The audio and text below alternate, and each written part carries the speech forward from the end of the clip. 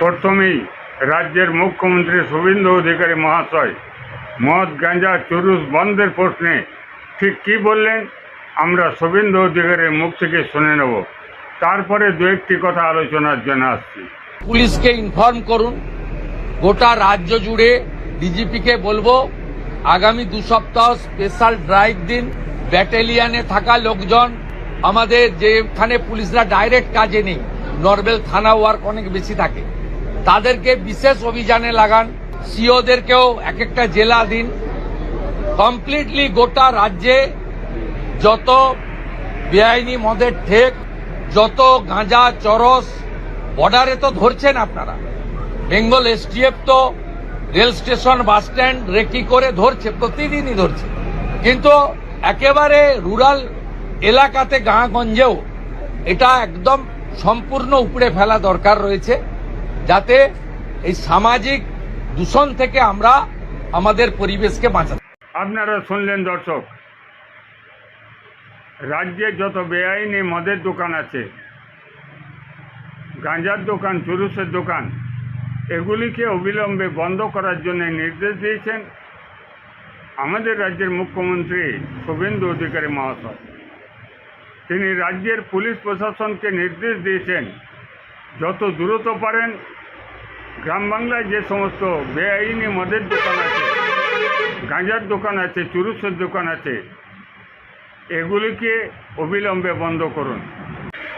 এখন হঠাৎ আমাদের রাজ্যের মুখ্যমন্ত্রী শুভেন্দু অধিকারী মহাশয় এই ধরনের নির্দেশিকা জারি করলেন কেন?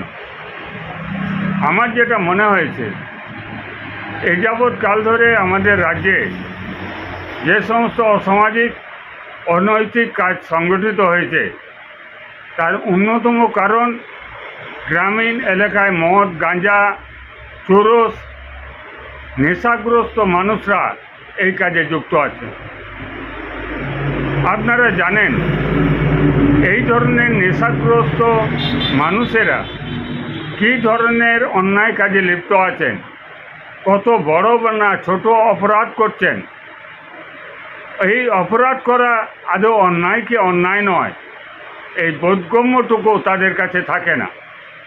সেই কারণে এই ধরনের অপরাধমূলক কাজ করতে দ্বিধাগ্রস্ত হয় না। আর সেই কারণে আমাদের রাজ্যের মুখ্যমন্ত্রী শুভেন্দু অধিকারী মহাশয় এই নিষেধাজ্ঞা জারি করেছেন। আমি এক্ষেত্রে একমত। আপনারা জানেন নেশাগ্রস্ত মানুষরা কখনো অনৈতিক কাজে দ্বিধাগ্রস্ত হন না। ছোট বড় যত বড় অসামাজিক কাজ বলুন না কেন, সেই কাজ করতেও তাদের বুক কাঁপে না। আর সেই কারণে আমাদের রাজ্যের মুখ্যমন্ত্রী শুভেন্দু অধিকারী মহাশয় বলেছেন, রাজ্যে যে অপরাধমূলক ঘটনাগুলো ঘটছে তার জন্যে দায়ী গ্রামীণ দিকে মদ গাঁজার ঠেক, সিদ্ধির ঠেক, চরসের ঠেক, এগুলোও দায়ী। এগুলোকে তুলে দিতে হবে।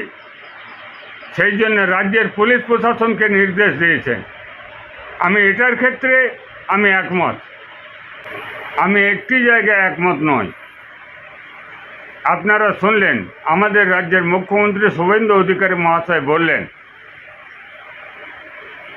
রাজ্যের পুলিশ প্রশাসনকে নির্দেশ দিয়ে যে সমস্ত বেআইনি মদের ঠেক আছে, গাঁজার ঠেক আছে, চুরুসের ঠেক আছে, সেইগুলোকে বন্ধ করে আমাদের সমাজকে দূষণমুক্ত করতে চাইছেন। তা দিয়ে সম্ভব নয়।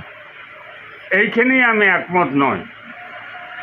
কারণটা হচ্ছে এটা, সরকারি লাইসেন্স প্রাপ্ত মদ চলবে, গাঁজা চলবে, চুরুস চলবে।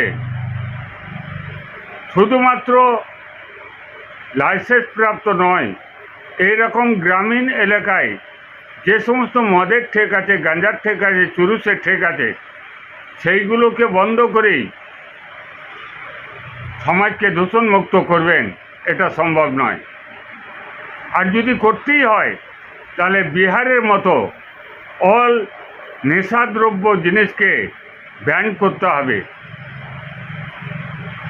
মদ বলুন, গাঁজা বলুন, সিদ্ধি বলুন, চুরুস বলুন, এগুলো কেনা বা বিক্রি বাটা চলবে না, এটা অপরাধমূলক কাজ।